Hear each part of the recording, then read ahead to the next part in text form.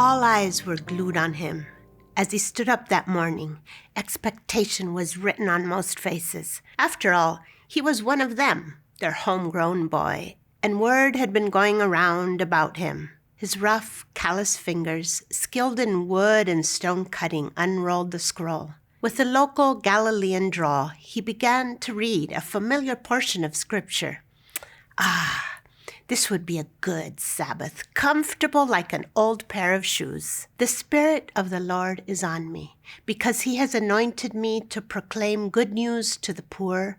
He has sent me to proclaim freedom for the prisoners and recovery of sight for the blind, to set the oppressed free, to proclaim the year of the Lord's favor. You'll recognize Luke 4. These were words recorded by the prophet Isaiah to encourage the people of Israel during troubled days when their future was uncertain. They were words the crowd in the small Nazareth synagogue had heard time and time again, soothing words full of promise of better days, days that would come with the awaited Messiah, the one God would send to aid them, the Jewish people, the insiders, the chosen ones. The Messiah would relieve them from all forms of oppression. They perceived themselves as the poor, the prisoners, the ones in need of God's care. Then Jesus rolled up the scroll, gave it back to the attendant, and sat down. As was customary of teachers in the synagogue, they would stand to read and sit to explain the reading. The eyes of everyone in the synagogue were fastened on him, says Luke. Thrill ran down their backs as he announced, "Today, this scripture is fulfilled in your hearing." All spoke well of him and were amazed at the gracious words that came from his lips. Dare they believe that at last the promise was being fulfilled, that the wait was over, that like the people of Israel in the olden days of Moses and the parting of the Red Sea, they too would be freed from the hand of their oppressor? That as the Isaiah text continued, the day of the vengeance of their God had come, when God would shame their enemies and destroy them forever. As Galileans, the memory of the destruction of their capital city nearby Sepphoris in the hands of the Romans is all too fresh. Dare they believe God's vengeance would strike down their enemies? Perhaps, but wait a moment, something wasn't quite right. Why had Jesus stopped the reading before that line?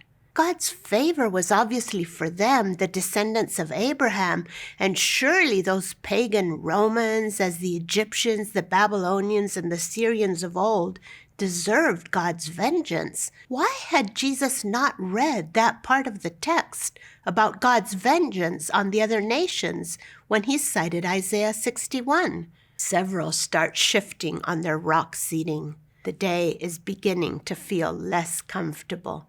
Besides, isn't this Joseph's son?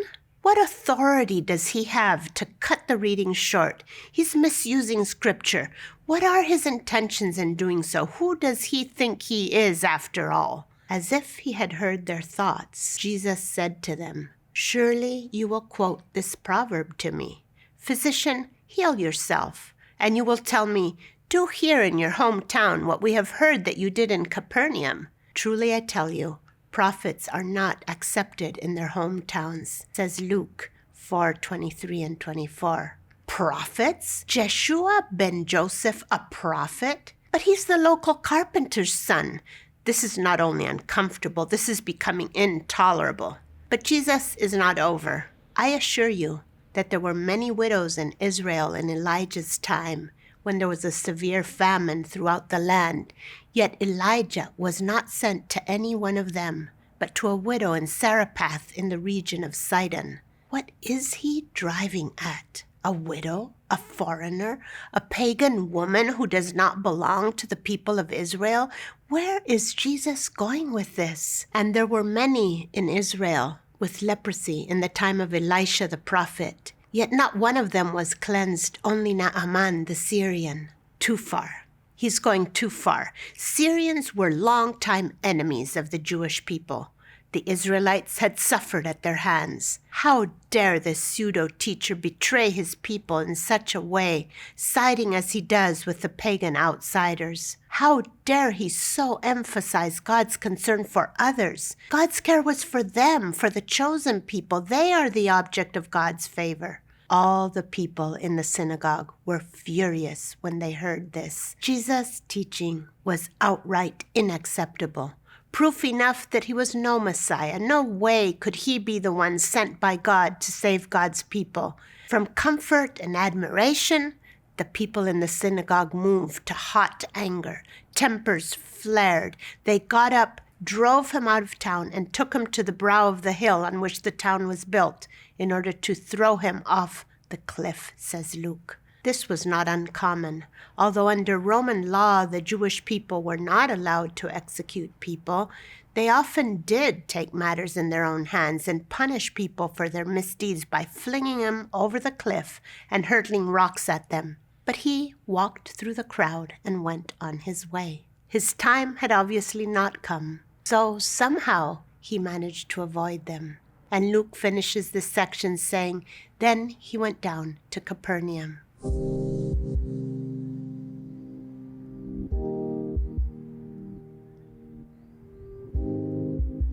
According to the gospel accounts, Jesus ended up carrying out most of his public ministry not in the Nazareth area where his ministry was not accepted, but rather in Capernaum, the diverse city where the apostle Peter lived. In Capernaum, there also was a detachment of Roman soldiers. Jesus healed many in that city, including Peter's mother-in-law and also the servant of a Roman centurion. Jesus had declared publicly that he had been sent to preach, to teach, to free, to heal, to bring justice. And contrary to the expectations of many, he did not restrict his ministry to his fellow Jews. He blasted their comfortable borders and reached out with his reconciling love to outsiders, outcasts, women of ill repute, hated foreigners, and even soldiers of the occupying Roman army. Although his ministry was carried out in a pretty reduced geographical area, Jesus understood he was sent beyond mere words into concrete action in favor of the most disadvantaged people, including women and despised foreigners, beyond vengeance to forgiveness, even into love for his enemies and praying for those who murdered him.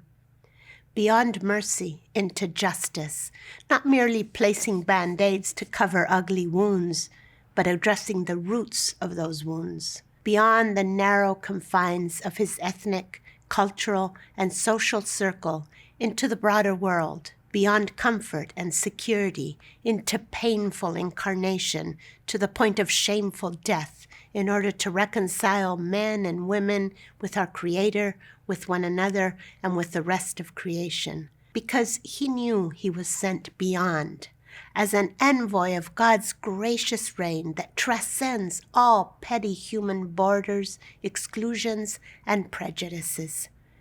We too are sent beyond, as agents of God's preposterous reconciliation. Christians in Costa Rica, where I live, a proud nation steeped in prejudice against neighboring Nicaragua, being sent beyond may mean opening homes and churches to the increasing number of immigrants from that country that are streaming across the border, or the flood of asylum seekers from Venezuela. What might it mean to Christians here in the United States and beyond? What might it mean for you to move beyond mere words into concrete action in your neighborhood? What might it look like for us to embody God's outrageous love for all people, including strangers and foreigners? What might it mean to move beyond mercy into justice when people south of the border are being demonized, and aid that could help regenerate their economies so that violence decreases and they need not flee is being cut off?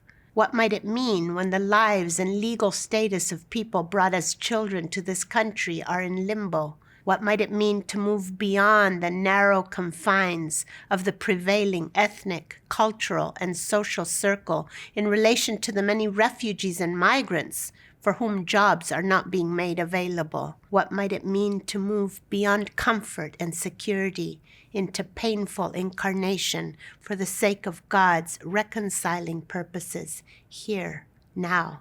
These are not partisan political questions, but necessary questions born from the good news of a good God who yearns for all people to have abundant life.